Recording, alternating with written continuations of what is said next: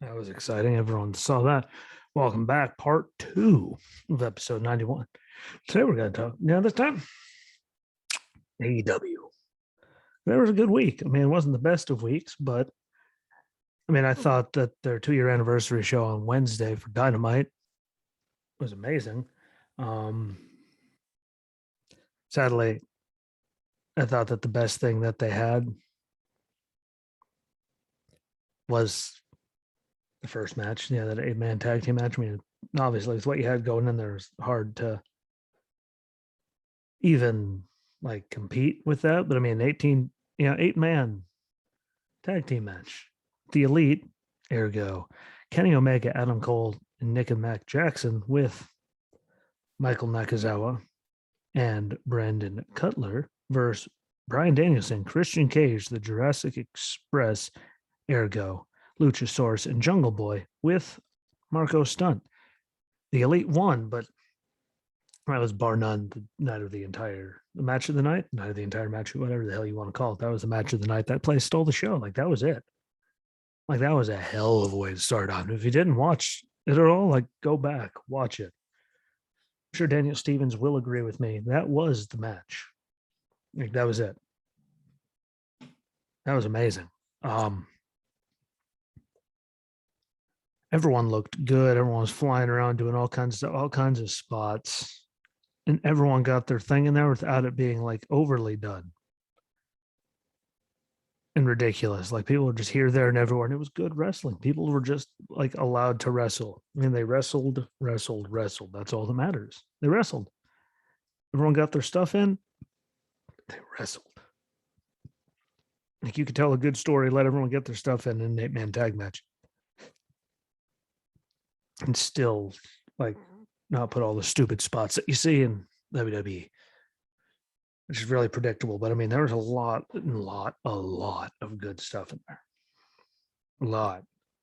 And no offense to anyone that went the rest of the night. I mean, nothing compared to that. It was really, hard, but it was a 2-year show. I mean, Kenny Omega and the Jacksons, they were there for forever, since the beginning. The Jungle Boy, and then there, Christian, get a second coming. He gets to come around. Damn, Bryan Danielson, whatever the hell you want to call him, there, just like Adam Cole, just there, recent guys. Kenny Omega and the Young Bucks, I mean, they were there forever. It's like Cody, there's a lot of guys that were there forever. So them going out first, having the first match, having to beat that moment of the whole entire night, which guess what? No one did. It was worth it. It was amazing. The Elite got the win. Yeah, but everyone looked good. They didn't make anyone look weak. Everyone got to do just great wrestling.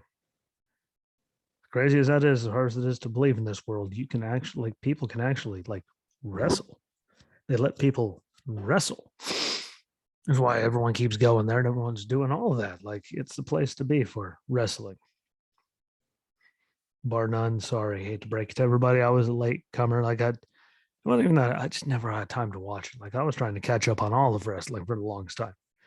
So watching that was impossible. But now things, calm down a little bit. So I have time to sit down and watch it all. And it's phenomenal. I love it. They're better wrestling wise.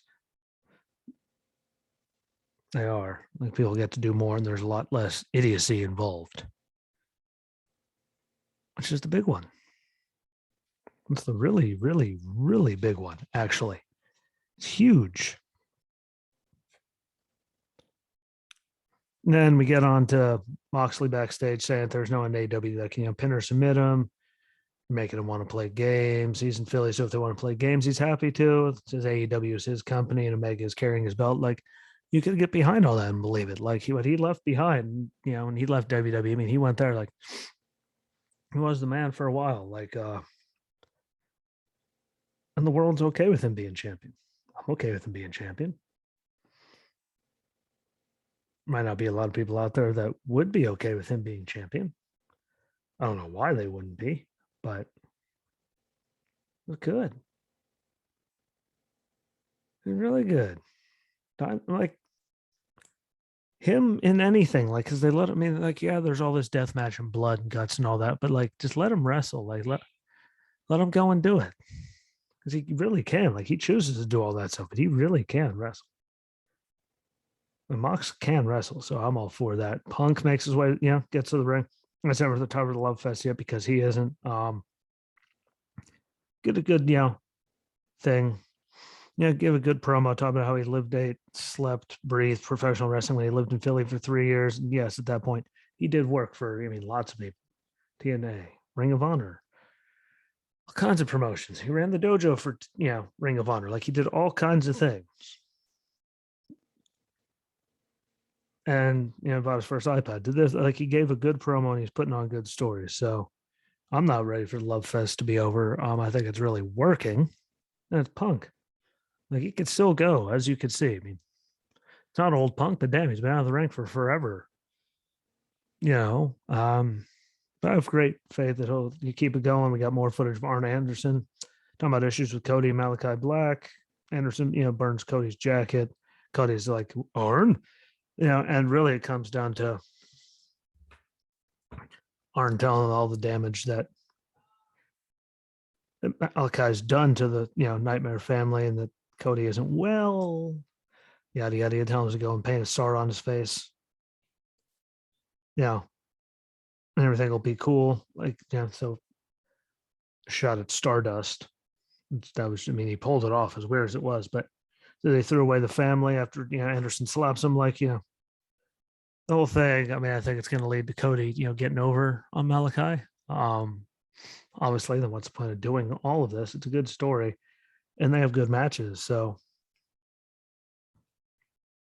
who am I to judge any of that at all? Like they're telling good stuff. This is a little overly just, Arn, is that you? Like dumb stuff like that. But Cody and Malachi put on good matches. This will be a good turn.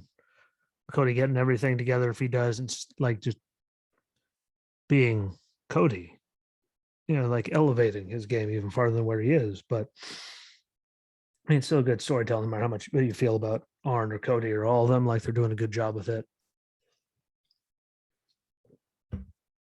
Everyone's getting something out of it, and they're going to try to build them back to, a big bad monster, which I'm okay with. Him getting over on him, like carrying on along, is well, like you see it week after week. After 5 seconds, it's there in AEW, which really I think works in their favor. So I get with that. Good video package for Bobby Fish. Again, I barely pay attention, but I missed him even signing over there. He had a hell of a match with Sammy Guevara. Like that was great. Like that was the best Bobby Fish I've seen in a very long time. We'll see what they do with him. He's not going to be like a main event guy, but he's a guy that has enough experience that he can work with a lot of the young guys and make them even better and teach them all kinds of stuff and make everything better. So, that was a good pickup. It was a good sign. If they weren't going to use him in NXT anymore, why hold on to him? Why stay there? Why you go over there and like work with guys? You make a paycheck, and there's so much young talent there that needs people with experience. Like no offense to all of them, but it's a young company, lots of young people. They need it. They need the help. They need the experience, I would say. Like another wrinkle to help teach all these young kids. There's nothing wrong with giving them more experience and everything. And again, according, at least I thought Bobby Fish, that was the best Bobby Fish I've seen in a very, very long, long time. Maybe it's because the shackles are off, so he can go and do what he wants to do. But again, he was in NXT and Triple H. He let them. I'm pretty sure he wasn't back to telling people don't do that. But they're still in the company, so they still have to do their own thing. But again, it was a hell of a good match. It was good to see Bobby. They put it together, a video package. He looked good. Like anyone to watch the match, I'm pretty sure you can't say he didn't look good. He looked good. It was a good match. So good for him. I hope they do more with him. Again, he's not going to be a main eventer by any means. Obviously, he's not like one of those guys that are up there. They have so many up there right now anyway. It wouldn't work, but he would be a great guy to have work around that won the TNT title around that picture and guys around there. And he could probably do great coaching. And again, because he's got the experience compared to a lot of these guys. Like, I think it's a really good pickup just on that standpoint. But we'll see what they do with it. I mean, regardless, I think he's going to be back, helping people. Now, working behind the scenes, working with the young guys, give them more experience and throws it because he could have good matches. Like, he proved that. So, there's a lot of guys that need it. So, I hope that they don't, misuse him, but it was good. I thoroughly enjoyed it. Give a damn what you people think. I thought it was good. Darby Allin with Sting against Nick Comoroto with the Factory. Darby wins via pinfall after the coffin drop. Yeah, again, and Darby last week had a good, moment with JR. One of the good, vignettes, interviews backstage to explain a lot more things.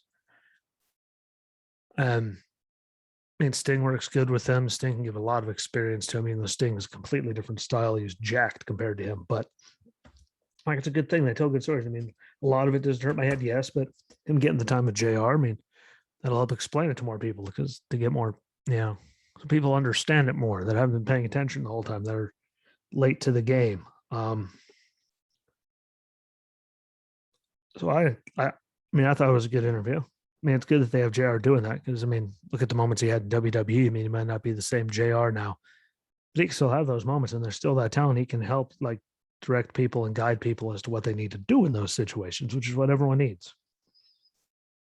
No matter what anyone says about him pulling big shows, like when he said it, or Daniel Bryan, or anything else, like, we heard him mention things like he still knows the business. He's been doing this for so long. And in those little interview situations, like, I think he could help, like, guide people. And a lot of good ears there. That's just one more. I mean, should he still be on commentary? No, probably not. Not all the time, but they have a good group around him to make it so it's not as bad. But like, that's a perfect role for him back there doing that. And I think it was good for Darby because, again, people that are new to the dance, they didn't get to hear too much about it. They don't know what the hell he is, or name, his backstory, any of that. So it was good. I can hopefully people, they keep doing, more of those and keep it building, because the audience is growing, obviously. So it's a good thing. For me, I liked it. Tell me what you think in the comments. I liked it. I think it's good to help build all that so people understand more of what's going on. Could just be me. Hikaru Shida versus the woman of 1,000 holds, Serena Deeb. No one notices that she was the one that shaved her head all the way back. And a lot of people don't. In Punk's group that he had back in the WWE days. There with Luke Gallows, and like, she was there. She shaved her head during all that. And she's a phenomenal, fantastic wrestler all around. She's one of the best on the planet. And that match was great. Well put together. Again, get to see her do that thing. A lot of people didn't even realize that's probably her. In Punk's group, and he's sitting there just, losing his mind.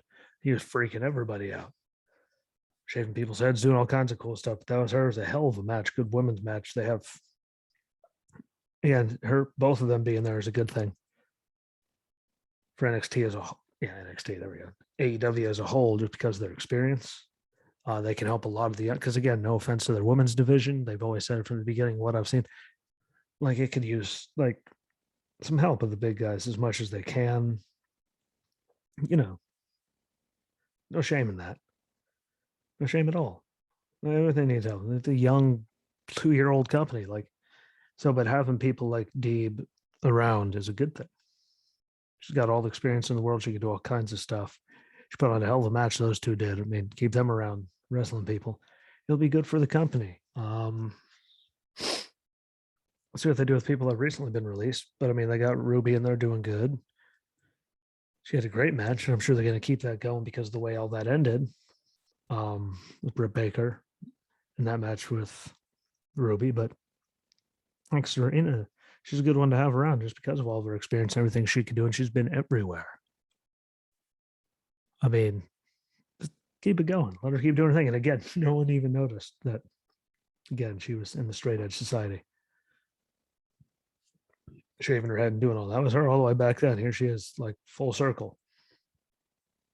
So hopefully she keeps having more matches. But again, having her around is good for the women's division because the stuff I've seen, Like they got lots of good guys that put on hell of good matches. Like they're just such a young unknown, a lot of young unknown people in the women's division that are building their name, getting their name because of AEW, but they still need experience. And you can see like that's where most of my problem is with AEW is all the botches there. But like her being around is good. They have a lot of good stuff, and I hope they keep building. Which brings us to the main event of the anniversary show,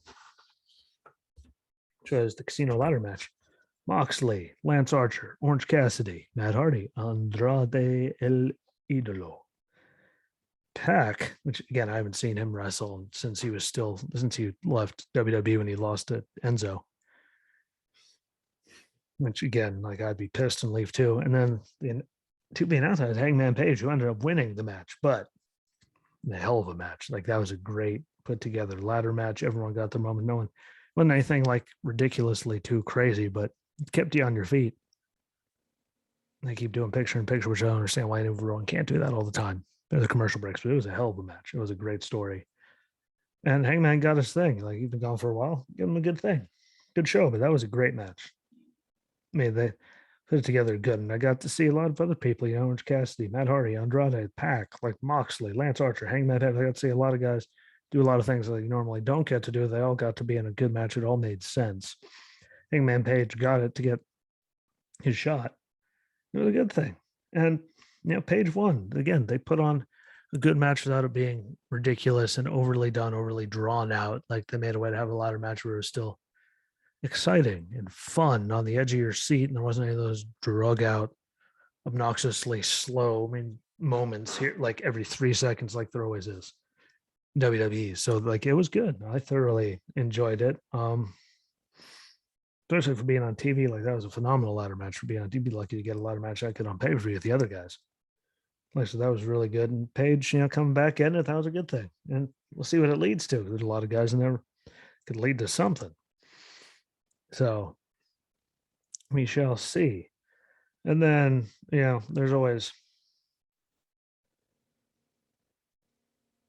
great places to go. Orange Cassidy, where it's going to go with Matt Hardy. He was in there. Andrade. That was good.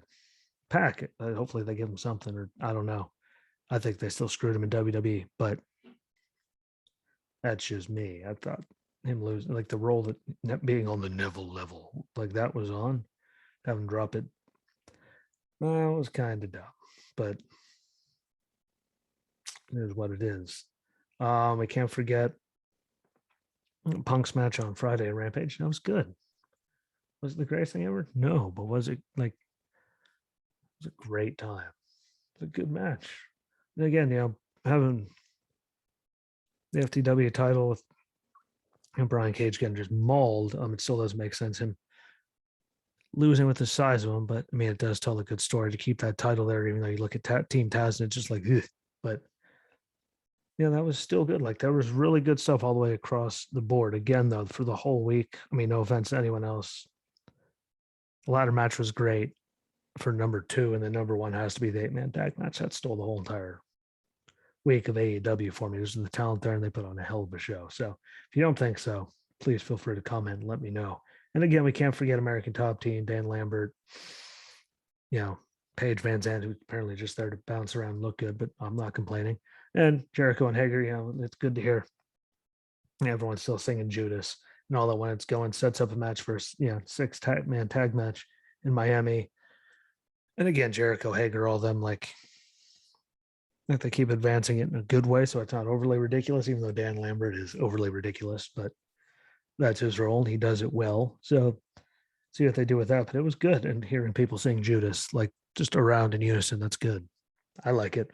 I got to hear it live, and I was supposed to, like at a festival, and I was supposed to hear it here in town, but pretty sure we had Florence come through and ruin that, and they haven't rescheduled yet, which isn't on them. Then COVID happened, but like that was good stuff. And Leo Rush being there.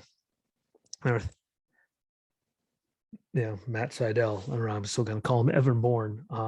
If he's got his stuff cleaned up, I'd love to see him go back to WWE. I think he can do great with the cruiserweights and all that. But Leo Rush over there, well, he had talent. He just ran the suck, and everyone hated him over in WWE. So we'll see where it goes from there. Hopefully, the best. But we'll see. I don't know. Again, he was a mouthy little shit. Pardon my French, but I didn't say anything the first time. So there's that. Part 2, you get 1. But it was good. It was a good week. But that 8-man tag match, that stole the whole entire week for me. You can argue with me. I'm okay with that. They stole it. It was hell of a, it was great. What else is there to say? So again, comment though. Tell me what you think. I just thought that stole their 3 hours of TV. And this Friday, SmackDown's going an extra half hour, so there will be SmackDown's last half hour, I believe, first. Rampage first half hour. So we'll see how that works out with the ratings. I'm sure they'll make a ridiculous deal about it in all the dirt sheets, but we'll see. But again, I put it 8-man tag ladder match against Serena. And then there were a lot of good matches, but just the story told, and really care what you put at number 2, the 8-man tag won the whole week. So that being said, again, thank you for tuning into part 2. So you could hear the AEW. It was mostly about the anniversary show. No offense, but I mean, that's a big deal for them making it 2 years. And Rampage isn't, only a little bit there, but they put on a hell of an anniversary show. Better than a lot of season premieres that we see on the other side. So that was good. Better than the NXT 2.0's debut. A lot of their stuff since Stand and Deliver. So it was good. But again, if you're watching this, Facebook, YouTube, Rumble, I greatly appreciate you. If you're listening to this, Anchor, Breaker, Radio Public, Pocket Cast, Overcast, Sketcher, Spotify, Apple, and Google Podcasts, and working on iHeartRadio could be there. I haven't checked since I started, obviously. But I appreciate you greatly. Just make sure you go comment, follow along on all the pages, because the more you follow, comment on all, the higher up it goes. So in the searches, people get to see it quicker. It's more available, and it helps me out to get more people on here so we can have more talks. If you ever want to come on here, let me know. Yeah, but I greatly appreciate you for checking me out. Send a shout out to Justin in the comments. I appreciate y'all. Enjoy the week of wrestling. I'll be back tomorrow. Talk about Raw and all the idiocy that's going to have to happen there. So thanks for giving me the time. I appreciate y'all. Enjoy wrestling. Be good to each other. Learn some stuff. Don't start any fights. And like always, until next time, peace.